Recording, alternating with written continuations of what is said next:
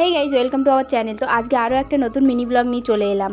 তো মিনি ব্লগটা হচ্ছে এই নিয়ে যে আমরা একটু আজকে বাজারে যাব। জয়ের যেহেতু ছুটি ছিল, তো ছুটির দিন বাজার করতে যেতেই হবে। আর ও বাজার করতে গেলে কিছু কিনতে চায় না, কারণ কি ও বাজারে কিছুই চেনে না, মানে মাছ সবজি তরকারি এগুলো ও জানে না যে কী নিতে হবে। আর মাম দেখছিল মামের জন্য জুতো দেখছিল, বলে জুতো নেব। আমি একটু এদিক ওদিকে শপিং করছিলাম, যেহেতু সোমবার সোনারপুর আমাদের বাজার বন্ধ থাকে, আর আমাদের বাড়ি হচ্ছে সোনারপুর। তো সোনারপুরে সোমবার করে বাজারটা বন্ধ থাকে, আর ফুটে বাজারগুলো বসে। তো আমরা সেদিন নিতে গেছিলাম সবজি আর মাছ।